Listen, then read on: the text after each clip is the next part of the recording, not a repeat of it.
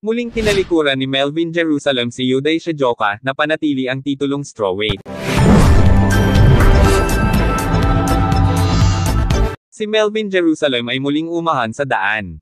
Napanatili ng two-time strawweight titleist ang kanyang WBC title sa pangalawang tagumpay laban sa dating title holder na si Yuday Shijoka.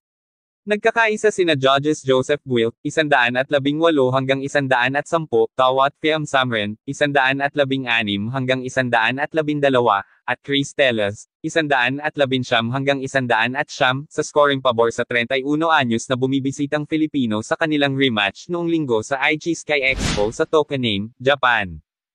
Ang Jerusalem, 24 hanggang 3, 12 cost, ay naglagay ng pangalawang matagumpay na depensa ng WBC 105 pounds belt na inaangkin niya na may split decision nod sa walang talo na Shijoka, 9 hanggang 2, 5 cost, eksaktong 52 linggo na ang nakakaraan sa kalapit na Nagoya.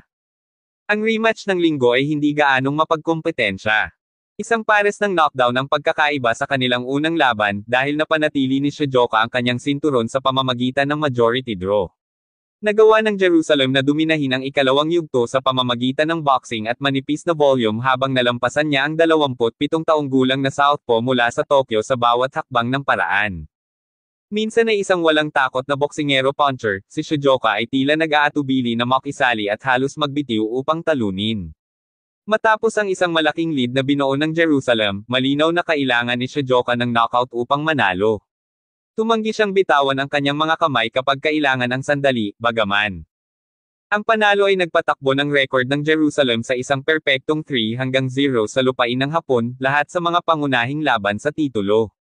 Ang kanyang unang tagumpay sa Japan ay dumating noong Enero taong 2023 second round stoppage ng Masutaka Taniguchi sa Osaka upang manalo ng WBO strawweight title. Natapos ang paghahari na iyon sa loob ng 5 buwan.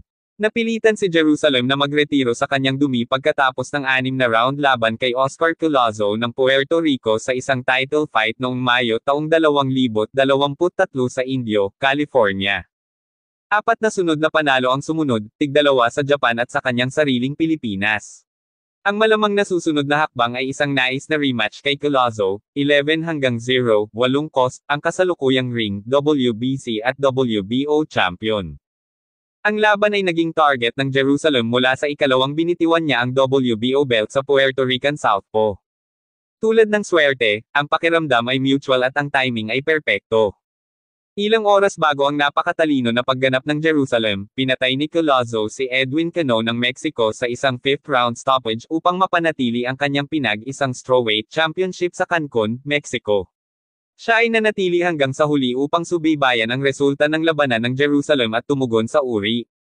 Ang Jerusalem Shijoka to ay ipinalabas ng live sa ABEMA TV sa Japan bilang bahagi ng 2 araw na pagdiriwang.